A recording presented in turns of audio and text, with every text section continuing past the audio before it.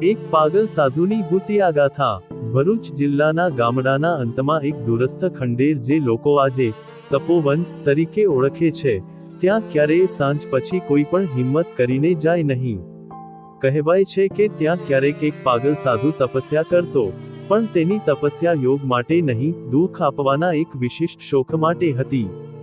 લોકો કહે છે કે એ એક પાળી ગાથા હતી। સ્વામી નાગકેશ નામે ઓળખાતા એ સાધુનો વાસ એ યાતનાગૃહમાં હતો, જ્યાં તે લોકોથી તેમની પાપો માટે તપ શિક્ષા અપાવતો। પણ એ શિક્ષા એવું કંઈ નહોતી જે કોઈ જીવિત વ્યક્તિને ધૈર્યપૂર્વક સહન કરી શકે। લોકોને છાલા પાડીને, ખૂણામાં બંધ કરીને ઉલટા લટકાવવી એ તો સામાન્ય બાબતો હતી। 5 દાયકાઓ પહેલા એક યુવાન બ્રાહ્મણ ત્યાં ગુમ થયો હતો। 6 દિવસ પછી મળ્યો, પણ એને જોઈને ગામ આખું થરથરી ઉઠ્યું। એની આંખો સફેદ હતી, મોઢું ઠેર ઠેર કાપેલા ચીરોઓથી ભરેલું, અને એક જ વાત કહેતો રહેતો, સાધુ જાગી ગયો છે, હવે કોઈ બચી નહીં શકે।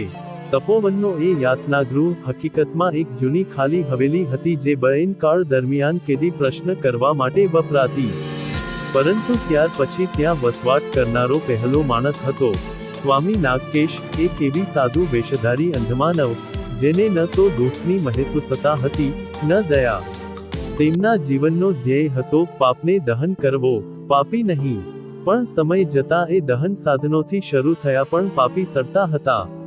કહેવાય છે કે તેમણે એક વખત કહ્યું હતું, થી વધુ દેહ જ પાપી છે, આત્મા તો મુક્ત છે। તો દેહને શોષીને આત્માને શુદ્ધ કરવી એ જ સાચી તપસ્યા છે। તેમના અભ્યાસો માટે ગામના લોકો ક્યારેક પોતાના ગુના ધોવા પોતાના બાળક કે પત્નીને એમના હવાલે કરી દેતા। એ લોકો ફરી પાછા ક્યારેય ન આવતા। જેમ જેમ લોકો ગુમ થવા લાગ્યા, તેટલું યાતનાગૃહ પૌરાણિક બનાવ બનતું ગયું। એક રાત્રે ગામના 5 યુવાનોએ સાબિતી કરવા માટે હિંમત કરી। તેઓ એ હવેલીમાં ઘૂસ્યા। એકના હાથમાં કેમેરો હતો, બીજા પાસે તાંત્રિક તાબીજ। પણ અંદર પ્રવેશતા જ હવેલીનું દરવાજું પોતેથી જ બંધ થઈ ગયું। અંદર કંઈક દુર્ગંધભર્યું માહોલ હતો, રક્ત, લોખંડ અને આગનો મિશ્રણ। એક દિવાલ પર લોહીથી લખેલું હતું, અહીંયા ધર્મ શરૂ થાય છે, મરણ પછી પણ ક્યારેય નથી પૂરું થતું। એક પડદે પડકારતા છોકરાઓને એક પછી એક કડવા અનુભવ થયા। કોઈને હવેથી ખેંચી કાઢવામાં આવ્યા, કોઈનો હાથ પોતે કાપાઈ ગયેલું લાગતું। અને બધાની વચ્ચે ઊભો હતો એ સાધુ, બર્સ્ટ લોખંડની સાંકળ સાથે, આંખોમાં શ્વેત અગ્નિ, અને મોઢે એક ભયાનક સ્મિત।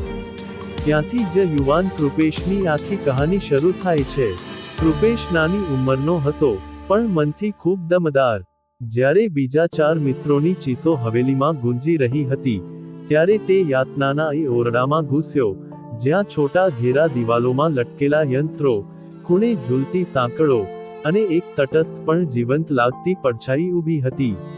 પહેલી નજરે કૃપેશને લાગ્યું એ મૂર્તિ હશે, પણ જ્યારે એ પડછાઈ ધીરે ધીરે તેની તરફ આવી અને કહેવું શરૂ કર્યું, થી વધુ હું તને સ્પર્શ નહીં કરું, જો તું સ્પર્શ કરશે પોતાને। સાધુ નાગકેશનો અવાજ સાવ સપાટ, પણ ભયાનક ધબકતો। કૃપેશના હાથમાં કેમેરો હતો, પણ હવે તે હાથ કંપતો હતો। પાછળની દિવાલ પર તેના મિત્ર મિત નો અવાજ આવી રહ્યો હતો, પણ એ અવાજ મિતનો નહોતો, એ અવાજ એની માતાનો હતો। થી વધુ કૃપેશ, તારા પાપો મારા ઉપરે કેમ મૂકે છે તું? સાધુના યંત્રો હવે પોતે જ હલવા લાગ્યા। લોખંડના કરચલા ઘસાતા અવાજ સાથે એક કટાર ધીમે ધીમે ઊંચી થઈ અને નીચે પડી। કૃપેશ બચી ગયો, પણ ડરી ગયો। એ જોરથી ચીસ પાડી, થી વધુ તું કોણ છે? તને શાંતિ કેમ નહીં મળે? સાધુએ હસીને ઉત્તર આપ્યો, થી વધુ હું શાંતિ શોધતો નથી, હું દંડ અપાવું છું। હું નાગકેશ છું, જે આત્માને ઘાતક શ્વાસ ભરી લાવે છે, એનો ન્યાય આપું છું। ત્યાંથી શરૂ થયું પાગલ સાધુ અને કૃપેશ વચ્ચે એક તાપસ સ્વરૂપનું યાત્રા। સાધુ પ્રશ્નો નહીં, પણ પાપોની પરીક્ષા। કૃપેશને તેના ભૂતકાળના ભૂલાવેલા પળો જીવતા જોવા મળ્યા। એક સમય જ્યારે તેણે શાળા એક શિક્ષક પર દુષ્પ્રભાવિત રીતે આરોપ મૂક્યો હતો, એક પળ જ્યારે તેણે ભાઈની સલામતી સામે પોતાનો સ્વાર્થ રાખ્યો હતો। દરેક પળે એક નવો યાતનાયંત્ર કાર્યરત થતો, ધીમે ધીમે શરીર નહીં, મન ભટકાવવાનું શરૂ કર્યું. પણ પછી આવ્યું વળાંક. કૃપેશ તૂટ્યો નહીં. તેણે પોતાના તમામ પાપો માની લીધા. ત્રીજી રાતે તેણે યાદ કરીએ એવા શબ્દો બોલ્યા. થી વધુ, હું પાપી છું. અને તું ન્યાયદાતા નહીં, પાગલ છે. શાંતિ તું નહીં આપી શકે કારણ કે તું પોતે ત્રસ્ત છે. સાધુનું ભયાનક ચહેરો શાંત થયું. અને એ વખતે પહેલીવાર સાવ નમ અવાજમાં કહ્યું, થી વધુ, મારું નામ નાગકેશ છે. પરંતુ હું પાગલ નહોતો. તેઓએ મને બનાવી દીધો. હવે હું મુક્ત છું. અને હમણાં જ દરવાજો ખુલ્યો. સત્ય ખુલે ત્યારે કહાની મચાવે છે તોફાન. જ્યારે કૃપેશ બહાર આવ્યો, ત્યારે ગામ ભેળસેળ થઈ ચૂકેલું. હવેલી પાસે ગામવાળાઓની ભીડ હતી, અને ગામનો વડીલો, દિવ્યજ્યોત ભટ્ટ પણ હાજર હતો. તેણે કૃપેશને જોઈને કહ્યું, થી વધુ, તારું નસીબ મજબૂત હતું કે તું જીવતો પાછો આવ્યો. પણ તું જાણે છે કે તું કોની સાથે મળ્યો હતો? પછીની કહાની નાગકેશના ભૂતકાળ સુધી લઈ જાય છે. નાગકેશ પહેલો સંત નહોતો. તે બાળપણથી તેજસ્વી બ્રાહ્મણ પંડિત હતો. પરંતુ ગામના ઊંચી જાતિના લોકોની ઈર્ષાએ નાની ઉંમરે જ તેની તપસ્યા પર દાગ લગાવ્યો. ષડયંત્ર કરીને એની પર ચોરી અને ધર્મવિરોધી કૃત્યોના આરોપ લગાવવામાં આવ્યા. અદાલતે સાબિત કર્યા વગર જ શારીરિક દંડની સજા આપવી. એ જ કારણે તેને એ યાતનાગૃહમાં મોકલવામાં આવ્યો હતો. 7 વર્ષ સુધી એ બાળ સંતને એવા દંડ મળ્યા કે આત્મા તૂટે નહીં. એ જ ચમત્કાર. અંતે એક રાતે યાતનાગૃહમાં આગ લાગી. બધાને મરણ પામેલા માની લેવાયું. પણ એક માણસ જીવતો રહ્યો. આગમાં દાઝેલો, પરંતુ જીવતો. એ નાગકેશ હતો. એ જ રાતથી એ પાગલ બની ગયો કે કદાચ એ દિવસથી એ ખરેખર તપસ્વી થયો. એમનું મંતવ્ય, જે દુઃખે પીગળે નહીં એ પાપી છે. અને એવા પાપીઓને યાત્રામાં ભટકાવવા નહીં દેવા. એ જ મારું ધર્મ છે. પરંતુ રહસ્ય હજુ બાકી હતું. કૃપેશ જ્યારે એ યાતનાગૃહમાંથી છૂટી ગયો, ત્યારથી રોજે રોજ એના સપનામાં નાગકેશના શબ્દો આવવા લાગ્યા. થી વધુ, મને મુક્તિ મળી. પણ એ તપોવન તો જીવતું છે. કૃપેશ, હજુ એ કોઈ બેઠું છે ત્યાં, જે તપસ્યા કરતા કરે છે.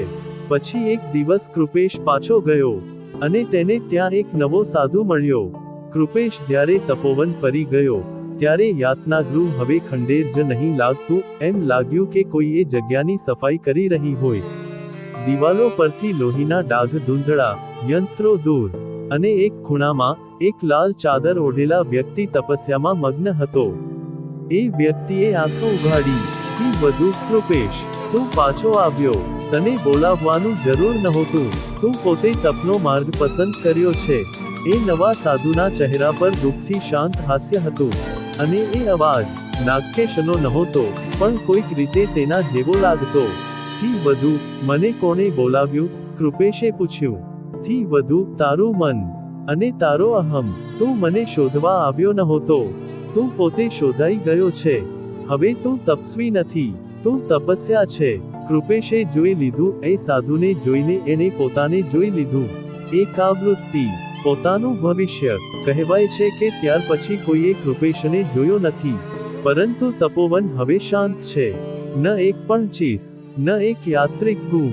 પછી એ ગામના બાળકો કહે છે કે જ્યારે તપોવન પાસે જઈએ, ત્યારે કોઈ ઊંડા અવાજે કહે છે, થી વધુ, તારું મન શાંતિમાં છે? તો અંદર આવો. નહીતર પાછા ફરી